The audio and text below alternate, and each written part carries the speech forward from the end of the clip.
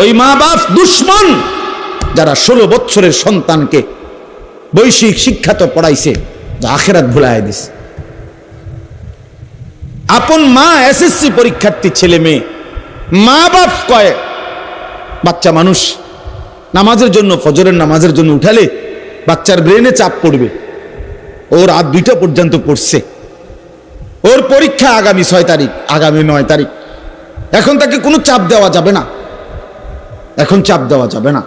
ওর পরীক্ষা, ও golden A plus পাবে, ও অনেক কিছু হবে, অনেক কিছু, ও অনেক বড় শিক্ষিত হবে, অনেক কিছু হবে।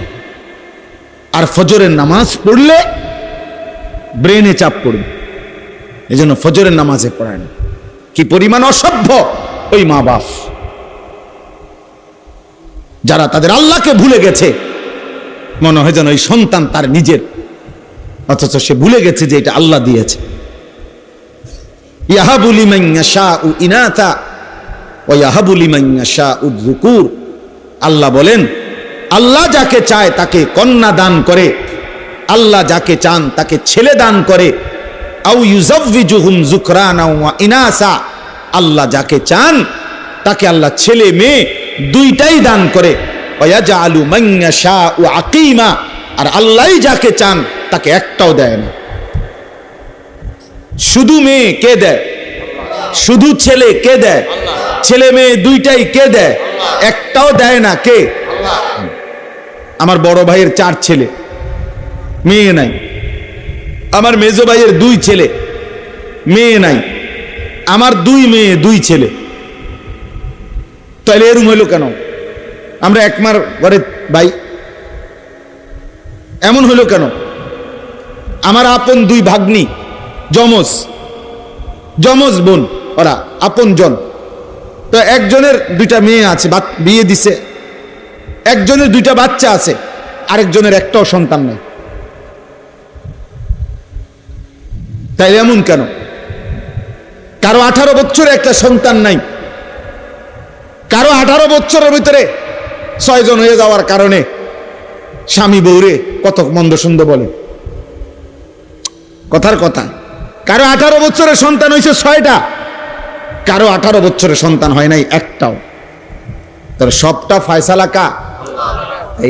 সন্তান দিলেন যিনি, আজ তাকে সেজদা দিলে তার ব্রেনে চাপ পড়বে।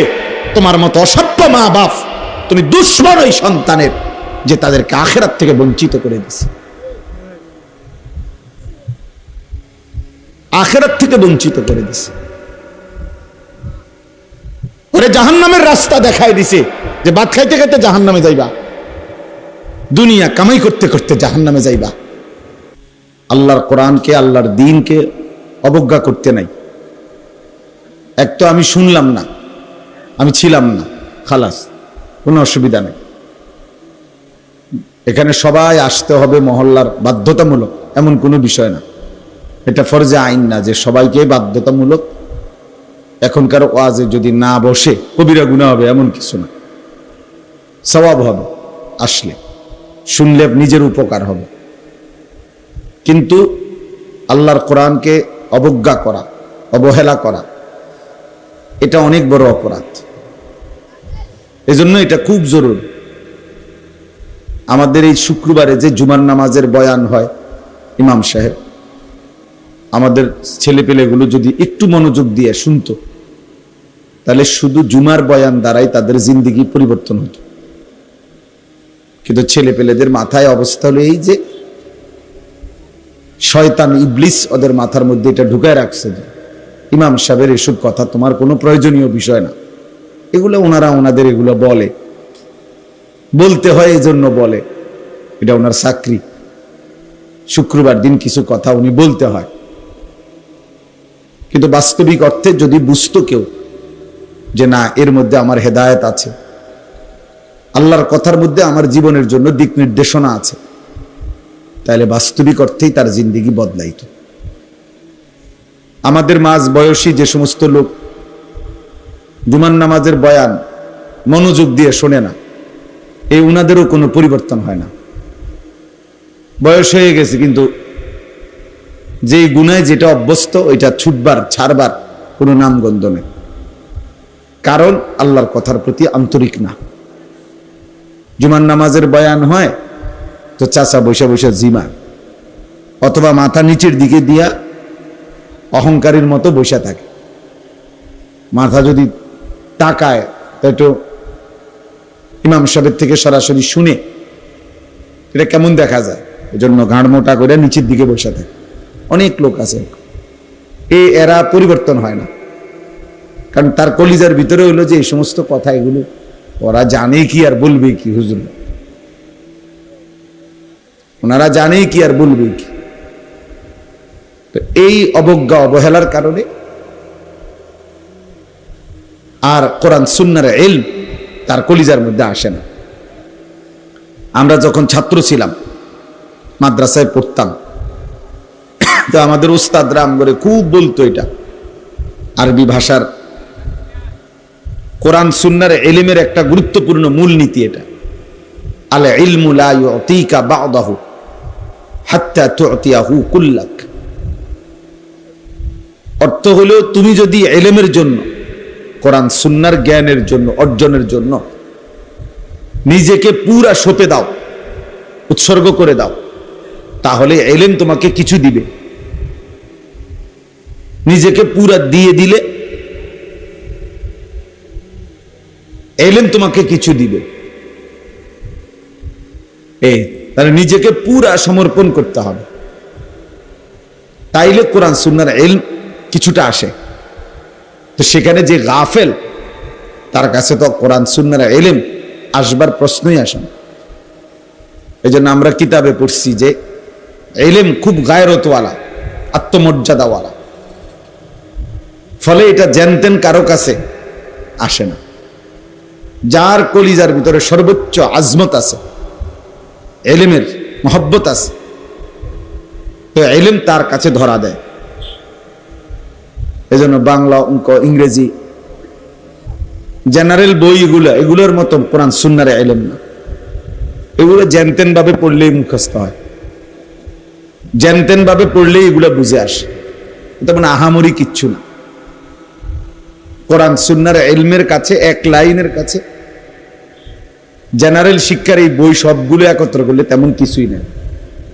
আমি এগুলো পড়ছি, আমিও মাস্টার্স পাস করছি, ও সায়েন্স বিজ্ঞান বিভাগ থেকে দাখিল, এসএসসি পাস করছি, কাজে এই সম্পর্কে আমাদেরও আইডিয়া আছে। এই জন্য বললাম এ তেমন কোনো উল্লেখযোগ্য কিচ্ছু না। কোরআন এবং সুন্নাহর ইলম এটাই উচ্চ শিক্ষা, এটাই শ্রেষ্ঠতম ইলম, শ্রেষ্ঠতম জ্ঞান। এই জন্য এটা জানতেন কেউ অর্জন করতে পারে না। শতভাগ মহব্বত, শতভাগ আন্তরিকতা, শতভাগ একাগ্রতা, মনোযোগ হলে কিছুটা হয়, কিছুটা হয়, সামান্য অর্জন হয়। এজন্য আমরা, আমাদের কাছে আরবি কিতাব আছে, পূর্ববর্তী জামানায় ইলম অর্জনের জন্য আমাদের পূর্ববর্তী ওলামায়ে কেরাম, মুহাদ্দিসিন, পূর্ববর্তী মনীষীগণ কি পরিমাণ ত্যাগ স্বীকার করছেন, এর ইতিহাস অনেক লম্বা। মনে করেন আজকে যেই বুখারী শরীফ কোরআনুল কারীমের পরে শ্রেষ্ঠতম কিতাবের নাম বুখারী শরীফ, হাদিসের কিতাব। ইমাম বুখারী রাহমাতুল্লাহ আলাইহি লিখছেন, ওনার জীবনীতে আছে, উনি বলেন ক্ষুধার কষ্টে ইলম অর্জনের জন্য আমি এত লম্বা পথ সফর করছি, এত দূর দূরান্তে গেছি যে বহু সময় ক্ষুধার কষ্টে আমাকে ঘাস চাবাইয়া খাইতে হয়েছে। একবার স্পষ্ট কিতাবে আছে, বহু সময় আমি ঘাস চাবাইয়া খাইছি, কোনো খাবারের ব্যবস্থা ছিল না। হযরত আবু হুরায়রা রাদিয়াল্লাহু তাআলা আনহু সাহাবীদের মধ্যে সবচেয়ে বেশি হাদিস বর্ণনাকারী। উনি বলেন, এই বিপুল পরিমাণ হাদিস নবীজির থেকে সংগ্রহ করতে গিয়ে কখনো কখনো ক্ষুধার কষ্টে আমি কোথাও বাহিরে গিয়া যে খাবার সংগ্রহ করব, এটুকু মানসিকতা আমার ছিল না। কারণ যদি আমার একটা রসুলের একটা কথা ছুটে যায়, একটা বাণী যদি ছুটে যায়, তো এই জন্য উনি বলেন যে আমি কখনো কখনো মসজিদে নববীর বারান্দায় উপর হইয়া লম্বা হইয়া শুয়ে কাঁপতে থাকতাম। আর আমার সঙ্গী সাথীরা বলতো আবু হুরায়রার মনে মৃগী রোগ, খিঁচুনি রোগ। এই জন্য সবাই আমারে ঘাড়ে পিঠে হাত বুলাইতো আর বলতো আমার মৃগী রোগ আছে, খিঁচুনি রোগ আছে। কিতাবে আমরা নিজে পড়ছি, হযরত আবু হুরায়রা রাদিয়াল্লাহু তাআলা আনহু বলতেন, এই অবস্থায় ওয়াল্লাহি মা বি ইল্লাল জু', সাহাবীদেরকে অন্যান্যদেরকে বলতেন আল্লাহর কসম বন্ধুরা, আমার খিঁচুনি রোগ না, মৃগী রোগ না, আমি এমন কাঁপতেছি আল জু', ক্ষুধার কষ্টে, পেটের ভোকে। কিন্তু এরপরেও রাসূলুল্লাহ সাল্লাল্লাহু আলাইহি ওয়াসাল্লামের দরবার থেকে যায় নাই। বিনিময়ে আজকে তিনি সবচেয়ে বেশি হাদিস বর্ণনা করেন। এটা চারটিখানি বিষয় না। এই জন্য সবার জন্য, আপনাদের জন্য বলি, আল্লাহর কথা সর্বোচ্চ আন্তরিকতা নিয়ে শুনতে হয়, তাহলে কিছু অর্জন হয়। ইলমবিহীন আমল ভুলে ভরা। হাসরের ময়দানে গিয়ে দেখবেন কোনটার কান নাই, কোনটার হাত নাই, কোনটার পাও নাই, কোডি ভাঙ্গা, ঠ্যাং ভাঙ্গা, মাথা ভাঙ্গা।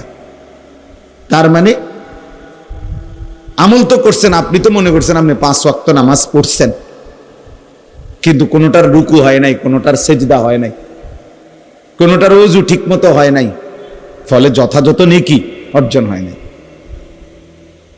অর্জন হয় নাই। এই জন্য ইলম জরুরি, ইলম জরুরি। আল্লাহ পাক রব্বুল আলামিন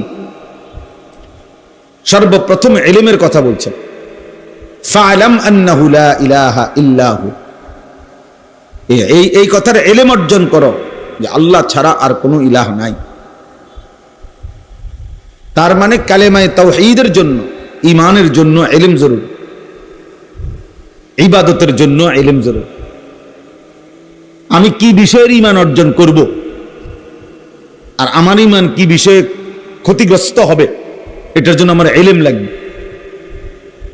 আবার আমি কি আমল করব, কি আমল ছাড়ব, এটার জন্য আমার কি লাগবে, ইলম লাগবে, ইলম লাগবে। এজন্য আমার শায়েখ আল্লামা মুফতি মুশতাকুন নবী কাসিমি হুজুর বলে যে 4টা জিনিস খুব জরুরি। 1 নাম্বার হলো ইলম, 2 নাম্বার হলো ঈমান, 4 নাম্বার হলো আমল, 5 নাম্বার হলো তাকওয়া। 1 নাম্বার হলো ঈমান, লা ইলাহা ইল্লাল্লাহ মুহাম্মাদুর রাসূলুল্লাহ, এটা পূর্ণ বুঝে নেওয়া, শিখে নেওয়া, জেনে নেওয়া। এই শুধু লাইন এটা পড়তে পারার নাম যথেষ্ট না। তো প্রথম হলো ইলম, মানে আমার কি বিষয়ের উপরে ঈমান আনতে হবে, আমাকে কি কি আমল করতে হবে, এটা পূর্ণ জানা। এরপরে হলো ঈমান, এরপরে হলো আমল, আমার উপরে আল্লাহর হুকুম কি কি, নিষেধ কি কি। আর এরপরে হলো তাকওয়া, নিজেকে শতভাগ গুনাহ থেকে বাঁচিয়ে রাখা। তো হুজুর খুব সুন্দর উদাহরণ দেয়, একটা গাড়ির মৌলিক এই 4টা জিনিস। 1 নাম্বার হলো হেডলাইট, 2 নাম্বার হলো ইঞ্জিন, 3 নাম্বার হলো বডি, 4 নাম্বার হলো ব্রেক। তো হুজুর বলে যে ইলম হলো লাইটের মতো, ঈমান হলো ইঞ্জিনের মতো, আমল হলো বডির মতো, গাড়ির বডি, আর তাকওয়া গুনাহ থেকে বেঁচে থাকা, এটা হলো ব্রেক। তো যখন লাইট, ইঞ্জিন, বডি, ব্রেক ঠিক থাকবে, এবার ড্রাইভার যদি মজবুত হয়, তো এই গাড়ি গন্তব্যে পৌঁছবে। তো ঠিক ইলম, ঈমান, আমল, তাকওয়া, এই 4 জিনিস যে ঠিক রাখবে, তার জিন্দেগির গাড়ি জান্নাতে চলে যাবে। এজন্য ইসলামের এই জ্ঞান, কোরআন সুন্নাহর ইলম, আপনারা এটাকে মামুলি মনে করেন না। যে কিছু হুজুর পড়ে, ওনারা অল্প কিছু হুজুর কিছু পড়ে সরে মনো কোরআন কিতাব, এটুকুই যথেষ্ট না ভাইয়া। বৈষয়িক শিক্ষা কারো যদি নাও থাকে এটা দোষণীয় না, অথবা এর দ্বারা কিছু আটকায়ও না, কিন্তু কোরআন সুন্নাহর ইলম ছাড়া আপনার মৃত্যু পরবর্তী পুরাটা জিন্দেগি আটকায় যাবে। কিন্তু এই দুনিয়াবি পড়ালেখা না হলেও দুনিয়া চলা যায়, কিন্তু কোরআন সুন্নাহর ইলম ছাড়া আখিরাত চলা যাবে না। যে ব্যক্তি গণ্ড মূর্খ, একেবারে নামটাও লিখতে জানে না, সেও পুরা দুনিয়া ভোগ করে, কোনো অসুবিধা হয় না। বিয়ে করতেও সমস্যা হয় না, বাড়ি করতেও সমস্যা হয় না, নেতাগিরি মাতবরি করতেও সমস্যা হয় না। বহুত নেতা আছে, মাতবর আছে, নামটাও দস্তখত করতে জানে না। হেইতের বুদ্ধির সামনে বহুত বড় বড় শিক্ষিত ফেল, এর এক কথা তুড়ির লগে উড়ে যায়। অনেক আছে, আমি তো দেখছি। অথচ হেবাটা কি টিপসই দেয়, মানে নামটাও লিখতে পারে না, টিপসইও দিতে পারে না, আঙ্গুল দইরা দেওয়ান লাগে। এইটা দইরা দিলে তো বুঝে যে এই আঙ্গুলটা ছাপ দিতে গেছে, এমন মূর্খ। কিন্তু মেলে বসলে, দরবারে বসলে এবার আর এক কথার সামনে বড় বড় শিক্ষিত ফেল। তাইলে দুনিয়া ভোগ করার জন্য বৈশ্বিক শিক্ষা না হলেও চলে। দুনিয়া তো অন্ধ ব্যক্তিও ভোগ করে, দুনিয়া বোবা মানুষটাও ভোগ করে। যে বোবা, কথা বলতে জানে না, সেও দুনিয়া কামাই করতে পারে, সেও বিয়ে করে, বাচ্চা কাচ্চা হয়, সেও খাইতে পারে, ঘুমাইতে পারে। তাহলে দুনিয়া ভোগ করা একদম সহজ বিষয়, একটা মামুলি বিষয়। আপনি এত বুদ্ধি খাটাইয়া, এত পড়ালেখা করে, এত কিছু কইরা আপনি যে ভাত মাছ খান, যেই চাল ডাল খান, মূর্খ মানুষ এড়িয়ে খায়। তাইলে আর আহামরি কি অর্জন হলো? অতিরিক্ত কি? অতিরিক্ত কি? এই জন্য এটা মনে রাখতে হবে, দুনিয়া এমনি ভোগ করা যায়। আল্লাহ তাআলা কোরআনুল কারীমের মধ্যে বলছেন, আমি আল্লাহ তাআলা আমার এই জমিনে যতটা প্রাণী সৃষ্টি করেছি প্রত্যেকের রিজিকের জিম্মাদারি আমি আল্লাহ তাআলা আমি নিজেই আমার কাঁধে তুলে নিলাম। ওয়ামা মিন দাব্বাতিন ফিল আরদি ইল্লা আলাল্লাহি রিজকুহা। আল্লাহ তাআলা বলেন, এই জমিনের মধ্যে বিচরণশীল প্রত্যেকটি প্রাণের রিজিকের জিম্মাদারি আমি আমার হাতে নিলাম। লা নাসআলুকা রিজকা। আরেক আয়াতে আল্লাহ বলে, আমি তোমাদের কারো কাছে এই সৃষ্টি জগৎকে রিজিক দিতে কারো সাহায্য চাই না, কেউ আমারে সহযোগিতা করতে হবে না। তোমরা যদি সবাই আতফাও সাইরা বইয়াও থাও, এরপরও আমি আল্লাহ তাআলা প্রত্যেকের রিজিক আমি একাই পৌঁছাবো। নাহনু নারযুকুক, আমি রিজিক দেব। কেউ যদি মনে করেন আমরা কাম বন্ধ করে দিলে সে করতে আইয়ে বাত, আপনি বইয়ে থাকেন না, দেখেন না বাত করতে গাই। আপনি দেখেন এই পৃথিবীর লক্ষ লক্ষ কোটি কোটি অন্ধ, বোবা, বধির, প্যারালাইজড, পঙ্গু, এরা কেমনে ভাত খায়? তাইলে এরা কেমনে খায়? আসলে মূলত প্রত্যেক মানুষকে আল্লাহ তাআলা তার দুনিয়ার জিন্দেগি পরিচালনা করে।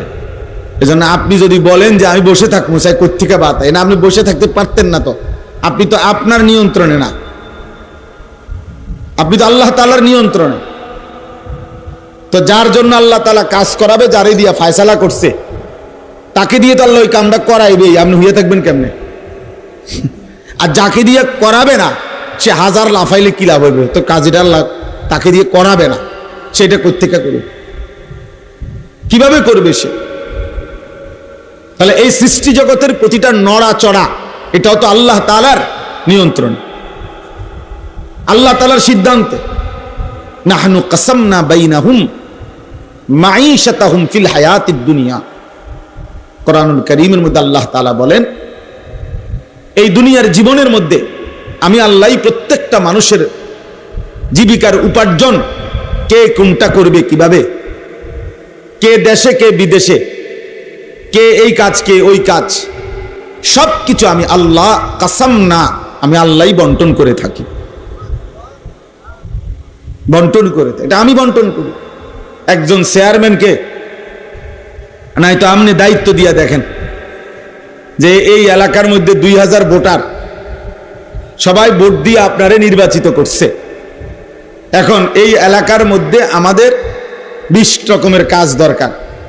কিছু লোক দরকার রিক্সা চালাবে, কিছু লোক দরকার যারা দোকানদারি করবে, কিছু লোক দরকার যারা টয়লেট বাথরুম সাফ করবে, কিছু লোক দরকার যারা জুতা ছিলাবে, কিছু লোক দরকার যারা অফিস আদালত করবে, কিছু লোক দরকার যারা শিক্ষা প্রতিষ্ঠান চালাবে। এখন আমনে চেয়ারম্যান, আমনে ভাগ করে দেন কে কোনটা করত। রিক্সা চালাইতো কে আর জুতা সিলাইতো কে, আমনে ঠিক করে দেন। তো চেয়ারম্যান যদি এটা ঠিক করতে বসে তো যার নামে প্রথম লিখবে যে তুমি রিক্সা চালাইবা, হেতে কি বলবো কি আমি কি ভোট অর্ধেক দিছি বেটা, আমার পয়লা রিক্সাটা আমার কান্দে দিলা, আমার একটা প্রাইভেট কার দিতে না।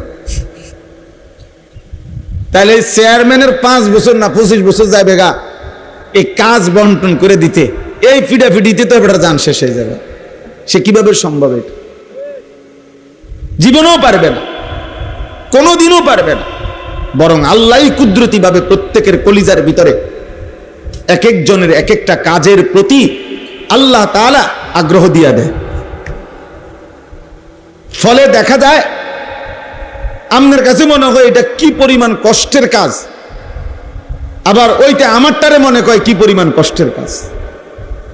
আল্লাহর কুদরত। এজন্য দোস্ত, এই পৃথিবী আল্লাহ তাআলাই পরিচালনা করে, আল্লাহ তাআলাই পরিচালনা করে। আমাদেরকে সৃষ্টি করেছেন আল্লাহ তাআলা, এবং আমাদের সমস্ত নড়াচড়া কর্মকাণ্ড এই পৃথিবীর জাররা জাররা বিন্দু বিন্দু আল্লাহই সৃষ্টি করেছেন, তিনিই পরিচালনা করছেন।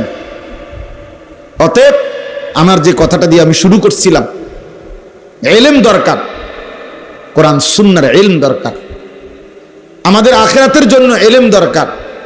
দুনিয়া দোস্ত এমনিই চলে যায়, এ দুনিয়া প্রত্যেকেই নির্ধারিত পরিমাণ ভোগ করে। শিক্ষা দীক্ষা সার্টিফিকেট অনেক কিছুই অনেকের কাছে থাকে, কিন্তু উপার্জন বরাবর হয় না। আসল মূল কারণ হলো ওই সার্টিফিকেট আর ওই পড়ালেখা, এর মধ্যে রিজিক না, রিজিক আসমানে, রিজিক আল্লাহ তাআলার ফয়সালার উপর। কোরআনুল কারীমের মধ্যে স্পষ্ট আছে, ওয়াফিস সামাই রিজকুকুম ওয়া মা তুআদুন। একবারে সরাসরি কোরআনের আয়াত। আল্লাহ তাআলা বলেন ওয়াফিস সামাই রিজকুকুম, তোমাদের রিজিক আসমানে। সামাউন মানে আসমান, ওই আরশে আজিমের মালিকের কাছে তোমাদের রিজিক, ওই খেতে না, ব্যাংকে না, দোকানে না, বাজারে না, শিক্ষা প্রতিষ্ঠানে না, ফ্যাক্টরিতে না, মেলে না, রিজিক আসমানে। ওয়া মা তুআদুন, এবং তোমাদেরকে দুনিয়ায় যা কিছু দেওয়ার ওয়াদা করা হয়েছে সব কিছুর ফয়সালা আসমানে। কোথায় বলেন? আসমানে ফয়সালা। অফিস সামা। ঈমান বহুত জরুরি ভাইয়া। আজকে আমাদের সন্তান এই যে কলেজ ইউনিভার্সিটির অসংখ্য ছেলে, ব্যক্তিগতভাবে আমার সাথে যাদের সম্পর্ক আছে, আমার জিন্দিগির সবচেয়ে বেশি ফিকির নওজওয়ানদের সাথে। তা আমি তো আলহামদুলিল্লাহ অসংখ্য ইউনিভার্সিটি পড়ুয়া ছেলের সাথে কথা বলি, যাদের সাথে আমার মহব্বত করে। কি করে পেরেশানি, সবচেয়ে বড় তাদের একটা পেরেশানি হলো কথা বললেই বলে যে ওদের ডিপ্রেশনে ভুগি, মানে মানসিক অস্থিরতা। তো কি জন্য অস্থিরতা? একটা ভালো চাকরি হবে কিনা, একটা ভালো চাকরি হবে কিনা, স্টাবলিশড হতে পারবো কিনা, প্রতিষ্ঠিত হতে পারবো কিনা, এই এক টেনশনে, এই টেনশনে, এই সার্টিফিকেট দিয়ে হ্যাঁ প্রতিষ্ঠিত হতে পারবো কিনা। তাইলে তার কলিজার ভিতরে এতগুলো বই বলে পড়াইলো, এতদিন ধরে বুঝাইলো, তারে শিক্ষিত বানাইতেছে, অথচ তার ভিতরে কয়টা ভাত মাছের টেনশন, কয়টা আয় উপার্জনের টেনশন। তার এই সমস্ত 16 বছরের পড়ালেখা করে বাস কইরা একসাথ করিয়া এইটার ভিতরে শুধু ভাতের চিন্তা আর তরকারির চিন্তা, আর এখন বিল্ডিং এর চিন্তা, আর এখন বিয়াকরণের চিন্তা, এইটাই তার 16 বছরের পড়ার উপরে ডাইলা দিস। যে ধর তোর 16 বছরের পড়ার খোলাসা সারাংশ ভাতের ফিকির, উপার্জনের ফিকির, দুনিয়া সাজাইবার ফিকির, অথচ এক সীমাহীন আখেরাত সেটা কখন সাজাবে এটা তারে মনে করাই দেয় নাই কেউ, না তার ঘরওয়ালা না তার প্রতিষ্ঠানওয়ালা, কেউ তারে মনে করায় না। আফসোসের বিষয়, 16 বছর ধরে সে পড়ালেখা করে, 16 বছর ধরে তারে দুনিয়া বুঝাইছে, কিন্তু তার যে একটা আখেরাত আছে, তার যে একটা কবর আছে, এটা না তার বাবা বলল, না মা বলল, না তার প্রতিষ্ঠান তারে শিখাইল। ফলে বাপ মা পরিবার সবাই মিলে তারে দুনিয়ার দুগা ভাত খাওয়ানোর লাইগা তার কান্দে বই তুলে দিছে, কমপক্ষে বহু আইটেমের বহু বই তার কাঁধে তুলে দিছে, কিন্তু অনন্তকালের আখিরাতের জন্য তারে আল্লাহর কোরআন থেকে বঞ্চিত করে দিছে। এজন্য সে কথা, বাংলা কথা বলতে পারে শুদ্ধ, ইংরেজি কথাও বলতে পারে শুদ্ধ, কিন্তু আল্লাহর কোরআন পড়তে অশুদ্ধ। অথচ বাংলা কথা বলে খুব চমৎকার, ইংরেজি শব্দ উচ্চারণ করেও খুব চমৎকার। আলাদা আলাদা IELTS করে নিছে, একবারে ব্রিটিশ ল্যাঙ্গুয়েজ কেমনে হয়, আমেরিকান উচ্চারণ কিভাবে, ব্রিটিশ উচ্চারণ কিভাবে, আলাদা আলাদা বলতে পারে, আলাদা বলতে পারে। কি চমৎকার উপস্থাপনা! ইংরেজি বলে কি অসাধারণ, বাংলা বলে কি অসাধারণ।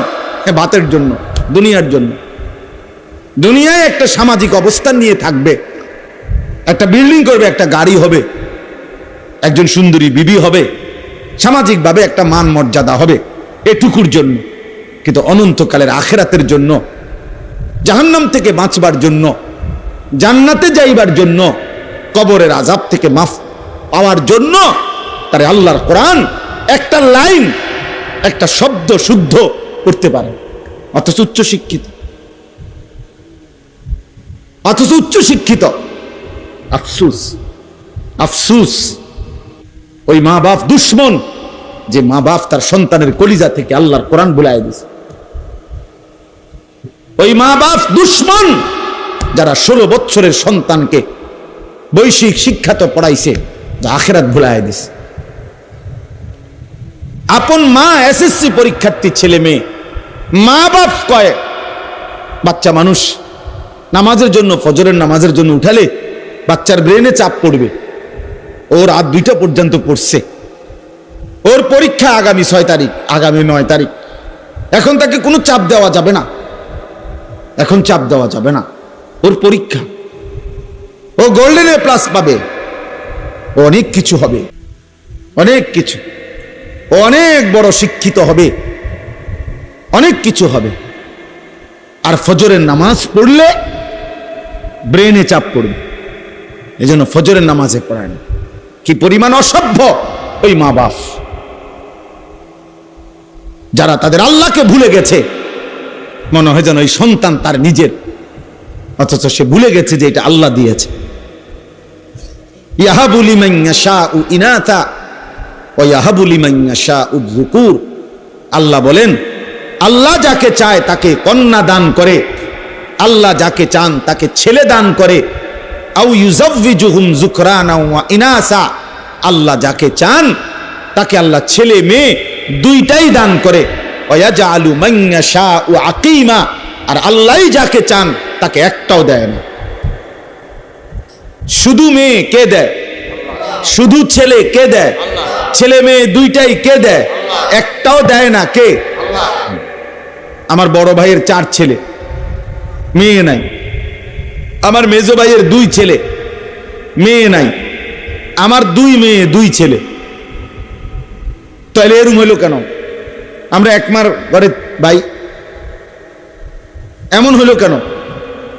আমার আপন 2 ভাগ্নি, যমজ বোন, ওরা আপন জন। তো একজনের 2টা মেয়ে আছে, বিয়ে দিছে, একজনের 2টা বাচ্চা আছে, আরেকজনের একটাও সন্তান নেই।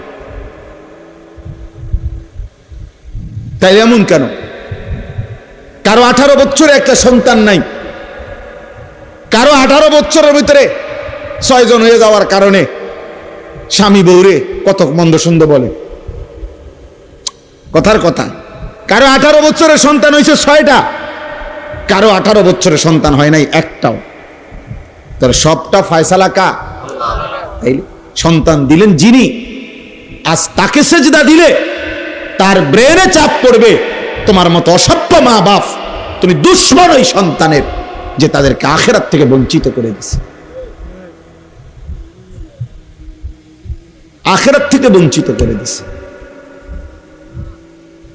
ওরে জাহান্নামের রাস্তা দেখায় দিছে, যে ভাত খাইতে খাইতে জাহান্নামে যাইবা, দুনিয়া কামাই করতে করতে জাহান্নামে যাইবা। নয়তো 16 বছরের চেষ্টায় তাকে আল্লাহর কোরআন থেকে বঞ্চিত। একটা কোরআন 3 মাস পড়লেই কোরআন শরীফ সহি শুদ্ধ করা সম্ভব। 1 মাস পড়লেই। আমার ড্রাইভার 1 মাসও লাগছে না কোরআন শরীফ সহি শুদ্ধ করতে, সে আমার ড্রাইভারই করে, 2 ক্লাসেও পড়ছে না। প্রাইমারি পাস করছে কিনা সন্দেহ, আল্লাহর কোরআন পড়তে পারে। এইবার রমজানে আমার সাথে এতেকাফ করছে আমার ড্রাইভার, রমজানের এতেকাফে কোরআন শরীফ সবক নিছে। আমি বলছি এই শুধু এই সবকের বরকতে ইনশাআল্লাহ বেতন বাড়াই দিলাম।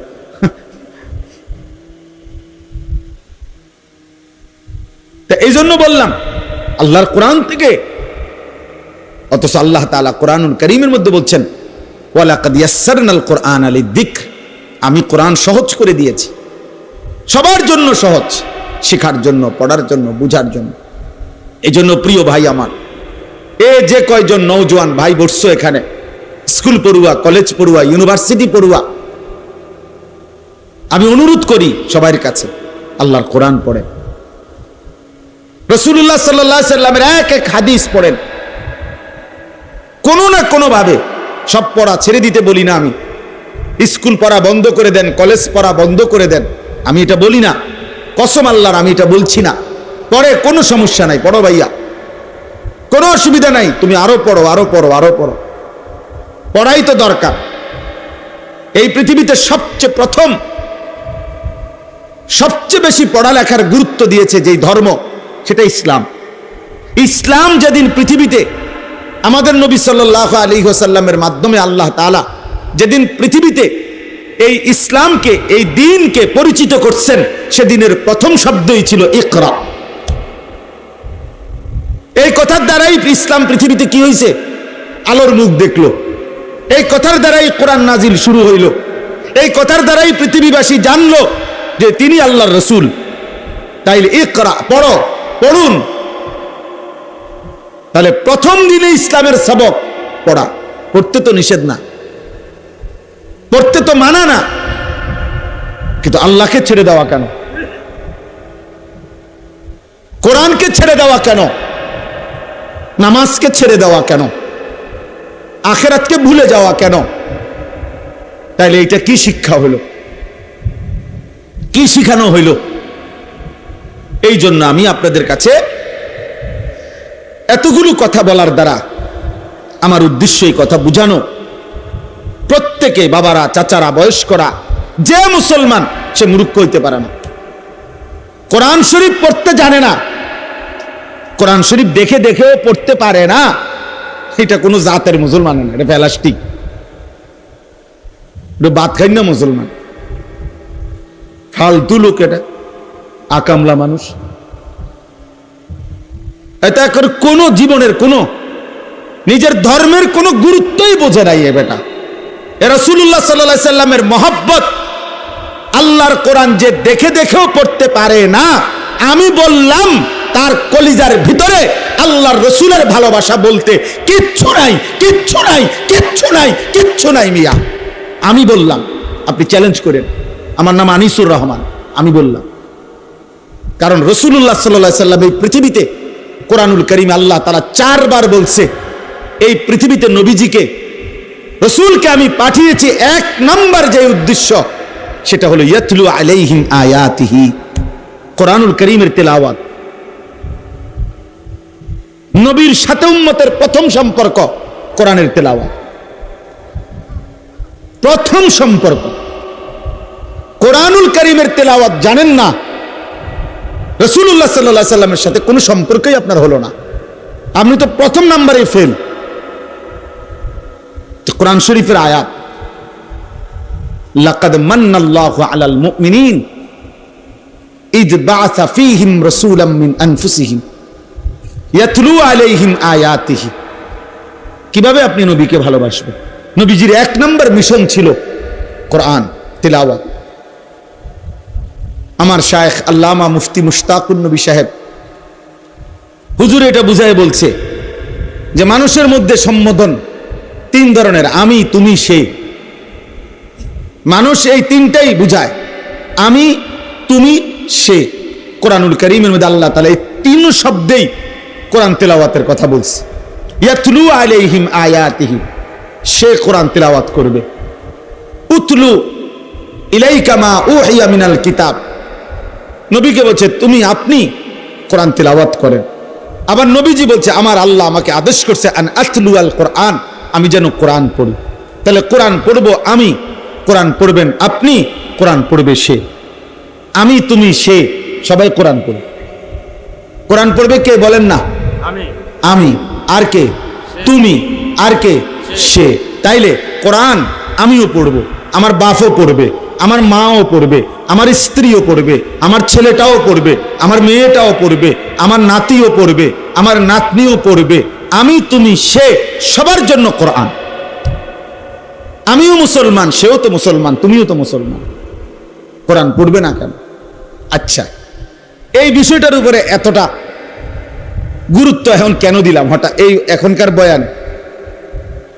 আপনাদের কাছে রাগ হয়ে না, আমার একটা কারণ আছে। এই মসজিদে যারা নামাজ পড়েন, দয়া করে আপনারা একটু হাত উঠান তো। এই মানে এই মসজিদের মুসল্লি যারা, হাতটা উঠান। আচ্ছা, মাশাআল্লাহ, হাত না মানে আপনারা একটা ইনসাফের কথা, রাগ হয়ে না, আমি শুধু বুঝার জন্য, আপনাদের চোখ খোলার জন্য বলতেছি। এই মসজিদ আপনাদের এতগুলো এসি লাগানো, মসজিদে থাই গ্লাস লাগানো, টাইলস লাগানো, সবটা মসজিদ ঝকঝকে এত সুন্দর।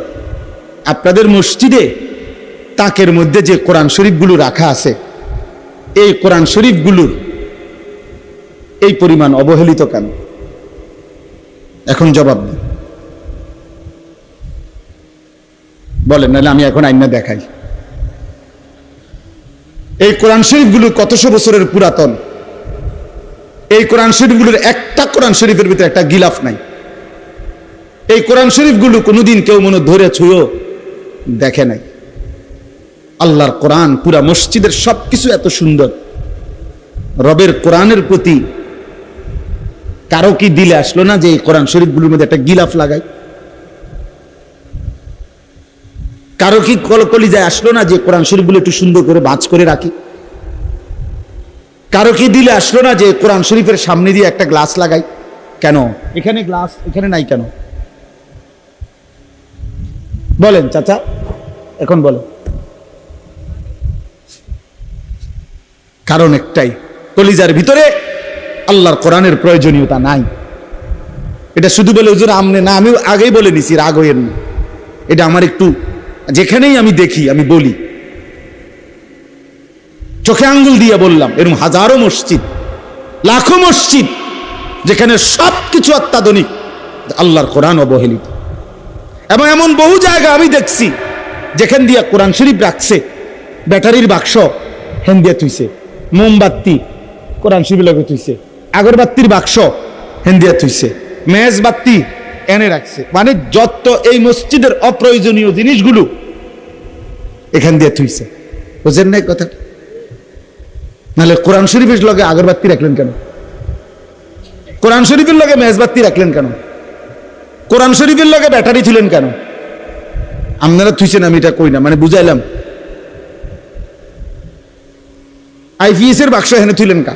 এখান এদিক দিয়ে কোরআন শরীফ, আইপিএস এর বাক্স, আর জায়গা নাই মসজিদে। মূল কারণ হলো এটা তো কেউ ধরে না। এটা তো কারো দরকার লাগে না। আল্লাহ আমাদেরকে বুঝ দান করেন। আমার বাপ রাগ হইয়েন না, দাওয়াত দিয়ে নেই বেজ্জুতি দিয়ে করলেন না, বেজ্জুতি না, বিবেক জাগাইতে চেষ্টা করলাম। আপনারা নিজ জিম্মাদারিতে এখানে যে আছেন এই মহল্লার, আমনে একজন ভাই এখন হিম্মত করেন, বলেন যে এখানে এই মসজিদের যতগুলো কোরআন শরীফ আছে 50টা হোক আর 100টা হোক, আপনি গিলাফ লাগাই দিবেন যত টাকা লাগে, বলেন ইনশাআল্লাহ। আপনার নাম কি? হ্যাঁ, আমাদের জাকির হোসেন ভুঁইয়া ভাইয়া, ইনশাআল্লাহ এগুলো আপনি লাগাই দিবেন, এগুলো সব ঠিক আছে ইনশাআল্লাহ। হ্যাঁ, আল্লাহ কবুল করেন আপনি। হ্যাঁ, কোরআনুল কারীমকে আজমত করেন। রাসূলুল্লাহ সাল্লাল্লাহু আলাইহি ওয়াসাল্লাম বলছেন, দোয়া করতেন, আল্লাহুম্মা জালিল কুরআন রবিআ কলবি, আয় মাওলা কোরআনুল কারীমকে আপনি আমার হৃদয়ের বসন্ত বানিয়ে দেন, ওয়া নূরা সাদরি, আমার বুকের আলো বানিয়ে দেন, ওয়া জালাআ হুজনি, আমার সমস্ত দুঃখ বেদনা পেরেশানি দূরকারী আল্লাহর কোরআনকে বানিয়ে দেন, ওয়া যাহাবা হাম্মি, যাবতীয় অস্থিরতার দূরকারী কোরআনকে বানিয়ে দেন।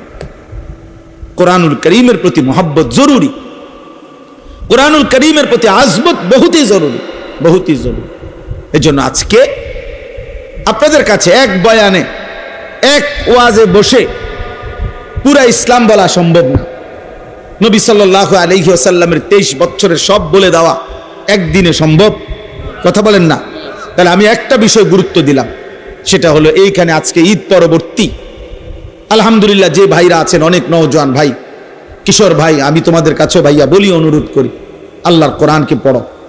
কোনো না কোনো একটু সময় বাহির করলে এই পড়ার ফাঁকে ফাঁকে স্কুলে, কলেজে, ইউনিভার্সিটিতে সব কিছুতে একটু ফাঁক করে সপ্তাহে একদিন হোক, 3 দিনে একদিন হোক, আধা ঘন্টা হোক, 10 মিনিট হোক, 50 মিনিট হোক, যেমনি সুযোগ হয়, বয়স্ক যারা আছেন আপনারাও মসজিদের ইমাম সাহেবের কাছে আল্লাহর কোরআন শিখেন, কোনো মাদ্রাসার উস্তাদের কাছে আল্লাহর কোরআন শিখেন, আলেমের সাথে সম্পর্ক করেন। আমাদের দেশে অনেক মুসলমান আমরা মসজিদের ইমামের সাথে আমাদের আন্তরিকতা কম, সালাম ফিরাইয়াই বের হয়ে গেছে, সালাম ফিরাইয়াই না ইমাম সাহেবের কাছে বসে। আমার খুলনার হযরত, বাংলাদেশের একজন শ্রেষ্ঠ বুজুর্গ, পাকিস্তান করাচির বিশ্ববিখ্যাত বুজুর্গ, কুতুবে আলম আরিফ বিল্লাহ হযরত মাওলানা শাহ হাকিম মোহাম্মদ আখতার রহমতুল্লাহ আলাইহির খলিফা হযরত মাওলানা মুফতি নুরুল আমিন সাহেব, অনেক বড় একজন আল্লাহওয়ালা হযরত মাওলানা মুফতি নুরুল আমিন, উনারে আমরা খুলনার হযরত বলি। তো উনি একদিন বয়ানে বলছিলেন, যশোর এক মাহফিলে আমি হুজুরের সাথে ছিলাম, তো হুজুর বয়ানে বলতেছিলেন 30টা বছর ধরে, 20টা বছর ধরে, কথাটা খেয়াল করেন, 30 বছর ধরে, 20 বছর ধরে, 10 বছর ধরে আল্লাহর ঘর মসজিদে যে মানুষটা দিবানিশি 5 ওয়াক্ত নামাজের ইমামতি করছে, বিশ্বাস করেন আমি হুজুরের কথা, শায়েখের কথা বলতেছি, উনি বলছেন নিঃসন্দেহে এই ব্যক্তি, এই ইমাম আল্লাহওয়ালা, আল্লাহওয়ালা। তাকে কদর করা উচিত, তাকে ভালোবাসা উচিত, তাকে শ্রদ্ধা করা উচিত। হ্যাঁ, হঠাৎ করে আসা বক্তার কপালে জোটে 50,000 টাকা, কিন্তু ইমাম সাহেবের কপালে জোরে কেনা 200 টাকা। কেন? কারণ উনি যে ফরজ নামাজের ইমামতি করে, এই জন্য এটা অন্যায় হয়েছে ওনার। অথচ ফরজ নামাজের দাম বেশি না, কথা বলেন না কেন? তো ইমামের দাম বেশি। আল ইমামু যামিন, আল্লাহ নবী সাল্লাল্লাহু আলাইহি ওয়াসাল্লাম বলছেন, ইমাম পুরা মহল্লাবাসীর জিম্মাদার, তাদের ঈমান, আমল, আখলাক, আখিরাত সর্ববিষয়ের পাহারাদার। নবী সাল্লাল্লাহু আলাইহি ওয়াসাল্লাম আলাদা দোয়া করছেন, আল্লাহুম্মা রশিদিল আইম্মা, আল্লাহ ইমামদেরকে আপনি হেদায়েতের রাস্তা, কল্যাণের রাস্তা আপনি দেখান। কারণ তার পিছনে মানুষ অনুসরণ করে, তাকে মানুষ অনুসরণ করে। এই জন্য মসজিদের ইমামের সাথে সম্পর্ক বাড়ান, আলেম দ্বীনের সাথে সম্পর্ক বাড়ান, একটা একটা মাসআলা শিখেন, একটা একটা শব্দ শিখেন, নিজের রুকুটা একজন আলেমকে দেখান যে হুজুর আমার রুকু হয় কিনা, আমার সেজদা হয় কিনা, আমার নামাজ হয় কিনা, আমার ওযু হয় কিনা আপনি একবার দেখায় নেন। হ্যাঁ বলে হুজুর ছোটবেলায় তো আমি মক্তবে শিখছি। ঠিক আছে বাবা, মক্তবে শিখলেও তো আজকে 40 বছর হয়ে গেছে, 50 বছর পরে আপনার বেখেয়ালে কোনো ভুল তো থাকতে পারে। এখন যদি শুধরায় নেয় আখিরাত সুন্দর হয়ে গেল, কবরে গিয়া অনুভব করিলে সুন্দর করার তো আর সুযোগ হলো না। পরকালে গিয়ে তো আপনি বুঝবেন, কিন্তু সব লাভ তো হবে না। কোরআন শরীফে কথা স্পষ্ট আছে, প্রত্যেকটা নাফরমান হাসরের ময়দানে তার সমস্ত পাপের কথা মনে পড়বে। ওয়াজিআ ইয়াউমাইদিন বিজাহান্নাম ইয়াউমাইদিন ইয়াতাযাক্কারুল ইনসান ওয়া আন্না লাহুদ যিকরা। আল্লাহ বলে হাসরের ময়দানে যখন ফেরেশতারা জাহান্নামকে টেনে আনবে, সবার সামনে এনে দাঁড় করাবে জাহান্নামকে টাইনা আনবে। এই যে মনে করেন এটা সাউন্ড বক্স, এটা যেরকম আমরা এখন সবাই দেখতেছি, এরকম জাহান্নামকে টেনে এনে দাঁড় করাবে ফেরেশতারা। কোরআন শরীফের আয়াত। আল্লাহ বলেন নাফরমান জাহান্নামের দিকে তাকাইয়েই ইয়াউমাইদিন ইয়াতাযাক্কারুল ইনসান, তার দুনিয়ার জীবনের সব কথা মনে পড়বে। ওয়া আন্না লাহুদ যিকরা, কিন্তু বলো না সেদিন মনে পড়ে কি লাভ হবে? কোরআন শরীফের আয়াত। ওয়া আন্না লাহুদ যিকরা, বলো না মনে পড়ে কি লাভ হবে? বুঝে তো আসবে। লাতারাবুন্নাল জাহিম সুম্মা লাতারাবুন্নাহা আইনাল ইয়াকিন। আল্লাহ বলে বান্দা এই দুই চোখে জাহান্নামকে দেখবা, আর দুই চোখে দেখে, চোখে দেখা বিষয়ে যেমন নিশ্চিত হয় এরকম নিশ্চিত হবা জাহান্নামের ব্যাপারে। মনে করেন এইটা যে একটা হ্যান্ডবিল, এটা আপনারা নিশ্চিত? না না, এইটা একটা মূলত মোবাইল। হ্যাঁ হ্যাঁ, আমি প্রধান বক্তা। আরে আমি বলতেছি মিয়া, এটা একটা মোবাইল মূলত। কথা বলেন না আপনারা। আমার সার্টিফিকেট জানেন, আমি অনেক পড়ালেখা করছি। আমি বলতেছি এটা মোবাইল, আমি মাস্টার্স পাস। আপনি কবেন কি আপনি মাস্টার্সের গোষ্ঠী গিলেন মিয়া? আমি এটা চোখে দেখি এটা হ্যান্ডবিল, আপনি করেন এটা মোবাইল। আপনি সার্টিফিকেট দিয়ে আমি কিনবো? আমি নিশ্চিত এটা চোখে দেখতেছি। তাহলে চোখে দেখা জ্ঞান, এটা অস্বীকার করার কোনো সুযোগ আছে? আল্লাহ তাআলা বলে জাহান্নামকে এভাবে চোখে দেখবা আর চোখে দেখে নিশ্চিত হবা, কিন্তু বান্দা আফসোস তো করবা। লাভ কি হবে?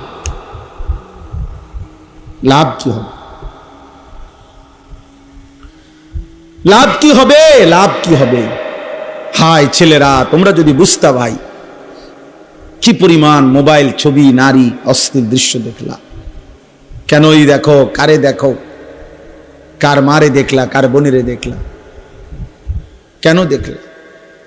18 বছরের যুবক, তোমার এত নারী দরকার, এত উলঙ্গ ছবি দরকার? এত অল্প বয়সে যদি এত বড় অসভ্য হয়ে যাও, বাকি জিন্দেগি কেমনে পার করবা ভাইয়া? 16 বছরে যদি এত উলঙ্গ ছবি দেখে ফেলো, হায় হায়, বাকি জীবন কি করবে? 18 বছর না যাইতেই যদি এত সারা রাত মোবাইলে নারীর ছবি, নাচ, গান, উলঙ্গ দৃশ্য দেখো, হায় হায় জানোয়ার, আগামী জিন্দেগি কেমনে চালাইবা?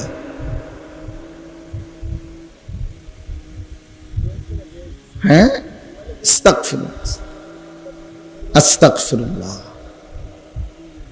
আজকের পত্রিকা আসছে ইসরায়েলের ইহুদি কুত্তারা এই মুহূর্তে গাজার ফিলিস্তিনের মুসলমানকে এইভাবে বোমা হামলা করছে। বোমার হামলার সাথে সাথে ওই জায়গার মধ্যে ধোঁয়া উঠে জীবন্ত মানুষ যে মারা গেছে তাৎক্ষণিক এই মানুষের লাশ টুকরা টুকরা হয়ে আকাশে উঠতেছে, উপরে উঠতেছে। আমি নিজ চোখে দেখছি ইমানদারের লাশ, মুসলমানের লাশ টুকরা হইয়া ছিন্ন ভিন্ন হইয়া উপরে উঠতেছে ধোঁয়ার সাথে। এটা তো ভাইয়া রূপকথা না, এটা তো গল্প না, এটা অতীত কাহিনী না, এটা কাল্পনিক কোনো কথা না। এটা এই মুহূর্তে হচ্ছে পৃথিবীতে। ইহুদি কুত্তারা, বেঈমানরা মুসলমানদের উপরে এইভাবে জুলুম করছে। ওই মুহূর্তে পৃথিবীর এক অঞ্চলের মুসলমান যখন এই পরিমাণ নির্যাতিত, আরেক অঞ্চলের মুসলমানের সন্তান, মুসলমানের যুবক ঠিক ওই মুহূর্তে সারা রাত মোবাইলে উলঙ্গ ছবি দেখতেছে। আরে দোস্ত, এর চাইতে বড় বেইনসাফি জুলুম আর কি হইতে পারে? এর চাইতে বড় আফসোস কি হইতে পারে? এর চাইতে বড় আরে কিছু করতে না পারি, চোখের এক ফোঁটা পানি তো ফেলতে পারি, আল্লাহর কাছে তো দুইটা হাত তুলতে পারি না। মনে হয় যেন পাশের বাড়ির মুসলমানকে রক্তে ভাসায় দিছে, এই ঘরের ছেলে তখনও মোবাইলই টিপতেছে।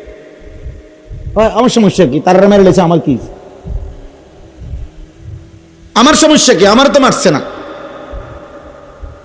আমারও তো মারছে না। মিয়ানমারে না ভূমিকম্প হয়েছে, আমার দেশে তো হয়েছে না, আমরা বুড়িসং তো আর হয়েছে না, অসুবিধা কি? এই জন্য ভাইয়া ভাবা উচিত, আমরা ভাবা উচিত, আমরা ভাবা উচিত। প্রতিনিয়ত প্রতি মুহূর্তে মুসলমানের উপরে জুলুমের মাত্রা, নির্যাতনের মাত্রা বেড়ে যাচ্ছে। কোনো ভদ্রতা, কোনো সভ্যতা, কোনো মানবতা এই ইহুদি কুত্তাদের কাছে নাই, এই হিংস্র জানোয়ারদের কাছে নাই।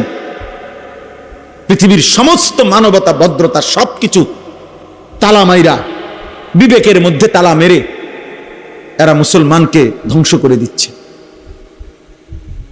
রক্তে জমিন ভাসায় দিচ্ছে। এই সময় আমরা এত নাচ গান, এত তামাশা করা ঠিক না। আমি এই কথাটা আমি বলছিলাম, আমার সবচেয়ে বেশি আশ্চর্য লাগে যে পুরো একটা মাস রমজান পালন করে 30 দিন 29 দিন লাগাতার যে রোজা রাখলো, তারাবি পড়লো, একটা মাসের রোজা রমজান পালন করার পরে ঈদের দিন, একেবারে রমজানের পর প্রথম দিন, আজকে মাত্র রোজা শেষ হইল, আজকে ঈদের প্রথম দিন, এই প্রথম দিনেই এক মাসের রমজান পাওয়ার পরেও একদিনেই, প্রথম দিনেই যারা নাচ গান, অসভ্যতা, বেহায়াপনা, যাদের ছেলেরা বেপর্দা, মেয়েরা বেপর্দা ঘুরলো ফিরলো, গাইলো, হাসলো, নাচলো, গাইলো, ঈদের দিনে অসভ্যতা আর নোংরামি করলো, আহা, তাদের একটা মাসের রমজান দিয়ে তাদের অর্জন কি হলো?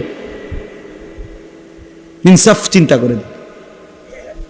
একটা লোক বুঝিয়ে এক মাস ওষুধ খাওয়ার পরে ধারাবাহিক একটা দিনও, আজকে মাত্র ওষুধটা বন্ধ করলাম, তো পরের দিনে বুঝি বমি করে দেয়। এক মাসের ওষুধ কি একদিনও কাজ করবে না?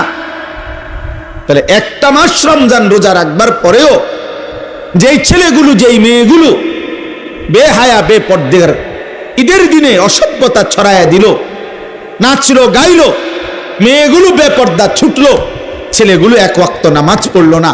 আহা বাপ, এখানেও যদি এমন কেউ থাকো, তোমারে আমি হাত জোড় করে বলি, বন্ধু বলো, এত বড় রমজান দিয়ে তোমার কি অর্জন হলো? মুসলমান এত বড় অসভ্য হয়?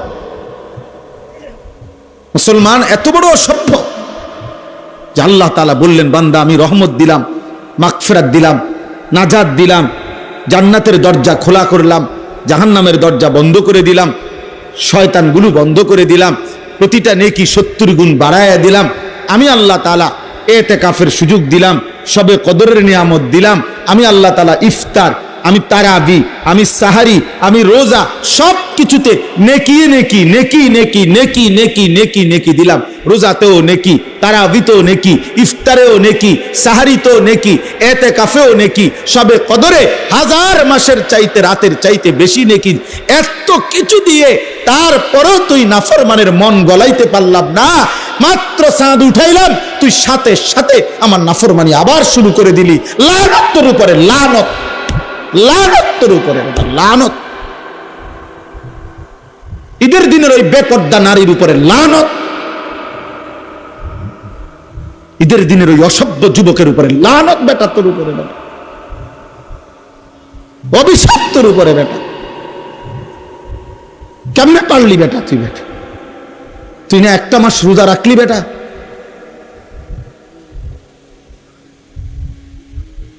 একদিনও কি মানসি গুনার থেকে বাঁচে না? আল্লাহ আমাদেরকে বিবেক দান করেন, আল্লাহ আমাদেরকে বুঝ দান করেন। তাহলে আমার কথা শেষ। আল্লাহ তাআলা বলছেন, এই যে আয়াত আমি পড়ছি, এই আয়াতের মধ্যে আল্লাহ তাআলা বলছেন, ইউরিদুল্লাহু বিকুমুল ইউসরা ওয়ালা ইউরিদু বিকুমুল উসর। আল্লাহ বলে, বান্দা বিশ্বাস করো, শরীয়তের নামে, বিধানের নামে আমি কোনোটাই তোমাদের জন্য কঠিন করি নাই, সহজ করেছি। সহজ করেছি বান্দা, আমি একটা হুকুম আমার বান্দার উপরে আমি আল্লাহ কঠিন করি নাই, আমি সহজ করেছি। কাজেই বলি তুকমিলুল ইদ্দাতা, আমার রোজার মাসটা রমজান সবগুলো হুকুম আহকামের মাধ্যমে একেবারে গুনে গুনে পূর্ণ করো। আল্লাহ বলছে রোজা পুরা রাইখো, ইফতার, তারাবি, সাহারি, এতেকাফ, শবে কদর সবগুলো হুকুম আহকাম পূর্ণ আদায় করো। আর বলি তুকাব্বিরুল্লাহ আলা মা হাদাকুম, আমি যে তোমারে হেদায়েত দিলাম, রমজান দিলাম, এতগুলো নিয়ামতের, এতগুলো আমলের, এতগুলো নেকির সন্ধান দিলাম, এই জন্য ঈদের দিনে তুমি আমার তাকবীর আল্লাহু আকবারের আওয়াজ বুলন্দ করো। এই জন্য ঈদের দিনে আমরা কি পড়ি? সুন্নাত আল্লাহু আকবার, আল্লাহু আকবার, লা ইলাহা ইল্লাল্লাহু আল্লাহু আকবার, আল্লাহু আকবার ওয়ালিল্লাহিল হামদ। তাহলে আল্লাহ ঈদের দিনে বলল তাকবীর দিতে, তোমার কি ডেক্সেট বাজাইতে বলছে হারামি? তুমি ডেক্সেট বাজাই লাগা, তুমি মানুষের বেটির ফিসে আট লাগা। তোমার মেয়ে বেপর্দা বের হলো কেন? এই বাপ, যাদের মেয়ে বেপর্দা বাইর হলো, আপনি কিসের বাপ হইলেন মিয়া? আকামলা মিয়া, কিসের বাপ হইলেন আপনি মিয়া? যার স্ত্রী বেপর্দা, তুমি বেটা কিসের স্বামী বেটা? তুমি অপদার্থ, আত্মমর্যাদা নাই বেটা তোর, বেটা গায়রাত নাই বেটা তোর বেডিরে। সারা মহল্লার মানুষ দেখে বেটা, সব বখাটে দুশ্চরিত্র যুবক বেটা, টিটকারি মারে, টিটকারি মারে, তুই বেটা বে করে থাও বেটা। আহাম, এ তো বেগায়রত মানুষ, আত্মসম্মানহীন মানুষ মিয়া। যার ভিতরে ভদ্রতা আছে, আত্মমর্যাদা আছে, তার স্ত্রী বেপর্দা হতে পারে না। যার ভিতরে প্রেস্টিজ আছে, প্রেস্টিজ, তার মেয়ে বেপর্দা হতে পারে না বেটা। এটা আত্মসম্মানের ব্যাপার। আমার মেয়ে গ্রামের সবাই, সব পোলাফাইন তার পিছনে হাঁটবে, তারে টিটকারি করবে, তা আমি কি বাপ হইলাম আবার? আল্লাহ তাআলা জন্য বলছে ওয়ালি তুকাব্বিরুল্লাহ আলা মা হাদাকুম, তাকবীর বলো, তাকবীর, আল্লাহু আকবার বলো, আল্লাহু আকবার বলো। আমারে ডাকো ঈদের দিন, আমারে ডাকো ঈদের দিন, আমারে ডাকো। ঈদ কারো বাপের দেওয়া না, ঈদ আল্লাহর দেওয়া। কথা বলেন না? ঈদ রাসূলুল্লাহ সাল্লাল্লাহু আলাইহি ওয়াসাল্লামের ঘোষণা করা। তাহলে কারো মন মতো ঢাক বাজাইয়া, ঢোল বাজাইয়া, বাদ্য বাজাইয়া, গান বাজাইয়া, ডেক্সেট বাজাইয়া ঈদ পালন করিলা, গুনাহের মাধ্যমে ঈদ দিলেন আল্লাহ, আর আল্লাহর দেওয়া ঈদ পালন করিলা আল্লাহর নাফরমানির মাধ্যমে। এটা কি ইনসাফ? আস্তাগফিরুল্লাহ, এটা কিভাবে ইনসাফ হলো বলেন? আল্লাহ আমাদেরকে বিবেক দান করেন। ওয়ালাআল্লাকুম তাশকুরুন, আল্লাহ তাআলা বলেন, আর এই রমজান পেয়ে তুমি আমার শুকর আদায় করো। আমি তোমারে হায়াত দিছি, তুমি জানো পুরা রমজানে আমি বহু লোককে কবরে নিয়ে গেছি, কিন্তু তোমারে আমি মৃত্যু দেই নাই, পুরাটা মাস হায়াত দিলাম। অতএব এই পুরা মাসের হায়াত পেয়ে তুমি আমার শুকর আদায় করো যে আল্লাহ আপনি আমারে হায়াত দিছেন, আপনি আমারে বাঁচায়া দিছেন, আপনি আমারে রহম করছেন, ফলে আমি রমজান পেলাম, রহমতের অংশও পাইছি, মাগফিরাতের অংশও পেয়েছি, নাজাতের অংশও পাইছি, শবে কদরের রাত্রিও জাগতে পারছি, এতেকাফও করতে পারছি, তারাবিও পড়লাম, ইফতারও করলাম, সাহারিও খাইলাম, রোজাও রাখলাম। মাওলা তোমার শুকর, মাওলা তুমি হায়াত না দিলে আমি কেমনে করতাম? তুমি জীবন না দিলে আমি কেমনে করতাম? আমি যেদিন চাঁদ উঠে এবছর, সেদিন আমি মদিনা শরীফ ছিলাম। এবার রমজানের চাঁদ উঠে যখন আমি উমরায় ছিলাম, তখন মদিনায় ছিলাম। আমার শায়েখ আল্লামা মুফতি মুশতাকুন নবী সাহেব সহ আমরা অনেক বিরাট কাফেলা তখন মদিনায় ছিলাম। তো মাগরিবের আগ টাইমে নবী সাল্লাল্লাহু আলাইহি সাল্লামের রওজা শরীফের পিছনে আমরা বসা। এই সময় মাগরিবের আজান হইছে, তো একটু দেরিতে নামাজ শুরু হইছে। ইমাম সাহেব রোজার উপরে যে আয়াত কুতিবা আলাইকুমুস সিয়াম, মাগরিবের নামাজে এটাই পড়ছে। আমরা বুঝছি চাঁদ উঠছে, নাই তো উনি এই আয়াত এখন পড়তো না। তো চাঁদ উঠছে, তো সালাম ফিরাইয়া এবার মুয়াজ্জিন জানাজার ঘোষণা দিছে। জানাজা মক্কা মদিনায় প্রত্যেক ওয়াক্তেই কি হয়, জানাজা হয়। তো জানাজার ঘোষণা দিছে, আর ঠিক ওই টাইমে আমার হুজুর আল্লামা মুফতি মুশতাকুন নবী সাহেব হুজুর আমার হাতে ধইরা বলতেছে, মাওলানা একবারে কাঁদা কাঁদা সুরে, মাওলানা এই মানুষগুলো এখন যাদের জানাজা হবে, আহা গত 2 মাস যাবত তারাও রমজানের আশায় দোয়া করছিল, তারাও তো দোয়া করছিল, আল্লাহুম্মা বারিক লানা ফি রাজাবা ওয়া শাবান ওয়া বাল্লিগনা রমাদান। বলতেছে মাওলানা আজ তো চাঁদ উঠলো, কিন্তু তারা তো কবরে চলে গেল, তারা তো রমজান পেল না। এজন্য বন্ধু, আল্লাহ তাআলা দয়া করে তোমারে আমারে রমজান দিছেন, আল্লাহ হায়াত দিছে, ওয়া লাআল্লাকুম তাশকুরুন। এজন্য আল্লাহ বলছে, বান্দা আমি হায়াত দিছি, আমি তৌফিক দিয়েছি, আমি সুস্থতা দিয়েছি, আমি আফিয়ত দিয়েছি, অতএব আমার শুকর আদায় করো, আমার বিরোধিতা করো না, আমার নাফরমানি করো না, আমার অবাধ্যতা করো না। অথচ আমরা এতটা মায়া করে আল্লাহ বললেন, আর আমরা ঈদের দিন মানে রমজান শেষ হইতে না হইতেই আল্লাহকে বৃদ্ধাঙ্গুলি দেখাইয়া আল্লাহর নাফরমানি শুরু করে দিই।